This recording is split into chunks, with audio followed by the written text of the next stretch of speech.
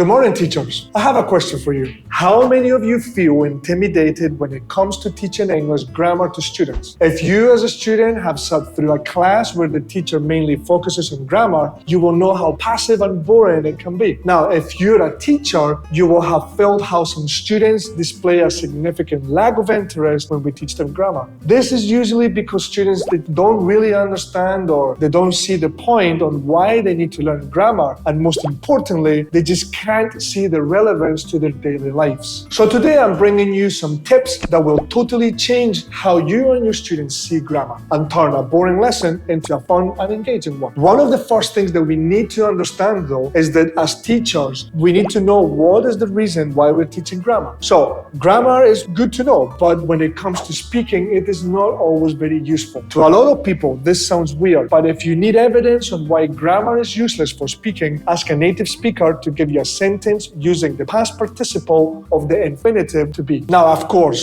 that being said, grammar is not always useless, and at the end of the day, it is part of language, but it will mainly help us when we're trying to write. Now, grammar is very abstract, and it is usually related to time and dates, so we need to try our best to make it as visual as possible. How do we do that? Here are some tips.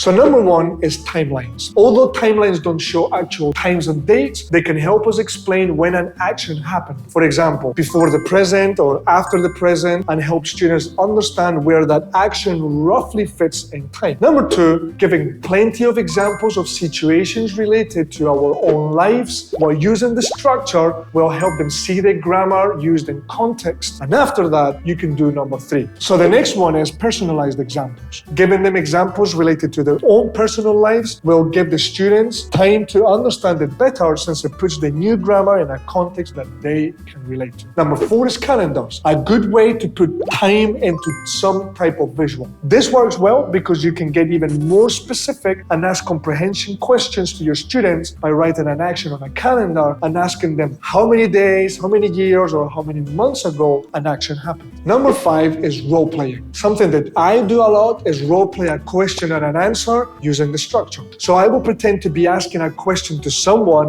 using the structure and then reply to it as if I was another character, which gives me an excuse to talk to myself without people thinking I'm a bit loony. Of course, if you have a teaching assistant, you can role play with him or her while students just sit there and observe. With this technique, you can be as creative as you want and present it using videos, puppets, pictures, or any type of other visuals. Now, when presenting a new grammar structure to your students, make sure that you allocate no more than 15 minutes before you change to the next part of your lesson plan, which is getting students to practice their newly acquired knowledge in a more natural and practical way. This way, you will help students understand why, how, and when to use the structure. And there you have it, guys. I hope that these techniques help you turn that tedious grammar lesson into something a little bit more fun and engaging. Feel free to comment below with any questions you may have, and we'll be happy to reply. Please share this with a friend in need. Give us a like to support and stay updated with more content by subscribing. Thank you for watching. Happy teaching.